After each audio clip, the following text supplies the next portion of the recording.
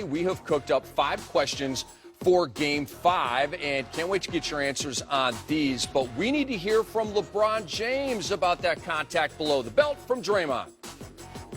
Draymond just, he said something that I don't agree with.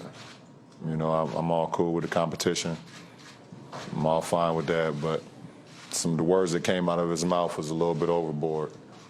And being a guy with pride, a guy with 3 kids and a family and things of that nature, just some things that go overboard, and that's where he took it. So and that was it. So LeBron talking about some of the war of words on the court with Draymond Green, not really taking debate on what happened in terms of the contact there. But I want you to take debate on that, Vinny. Question number 5, should the league take action against Draymond Green for that quote-unquote low blow on LeBron James?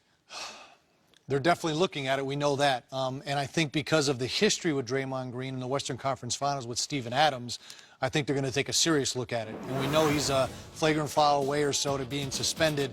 It's a little excess contact there. It's competitive, both very competitive guys. But should he get suspended? I don't think so. Will he get suspended? I think he will by the league. Interesting. And if Draymond Green is suspended for Game 5, who has to step up? Well, everybody. I mean, Golden State, they win as a team. Their bench has been fantastic. They can rely on so many guys. Iguodala seems to step up.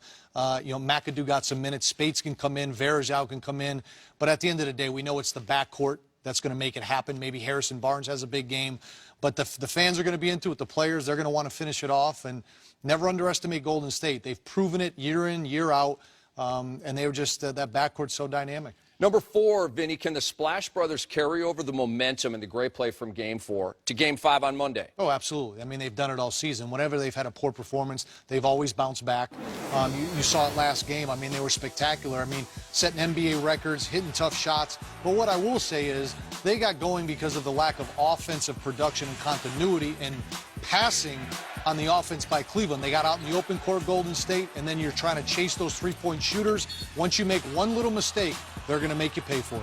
Question number 3, Vinny Del Negro. Will Tyronn Lue make any changes to his rotation or starting lineup for Game 5? Yes, I think he'll put Kevin Love back in the starting lineup. They're used to having Kevin there.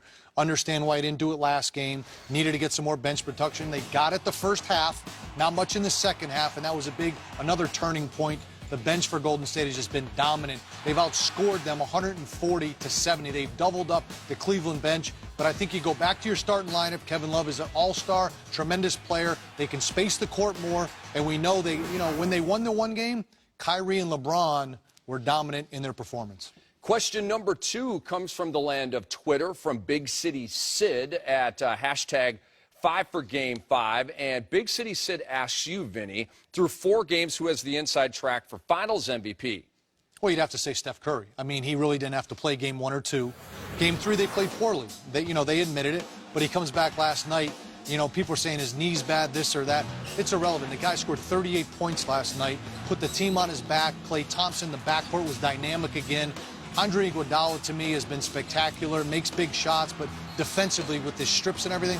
But there's no way Curry doesn't get MVP. If they win Game 5 and he's just solid in that performance, he's the MVP. Question number 1. If the Warriors beat the Cavs in Game 5, obviously the chip goes to GSW and Cleveland goes into the offseason. So could that be the final game of the Big 3, Kyrie, LeBron, and Love in Cleveland? It most certainly could. And the reason I say that is because LeBron's not getting any younger. So Kyrie's still very young. Does Kevin Love really fit or whatever? Yeah, I mean, he's a great player, Kevin Love. Does he fit into the style that they need to play sometimes? Probably not. Their bench has not produced. So really, David Griffin, the GM, who's one of the best in the league, will look at the opportunities that's out there for his team.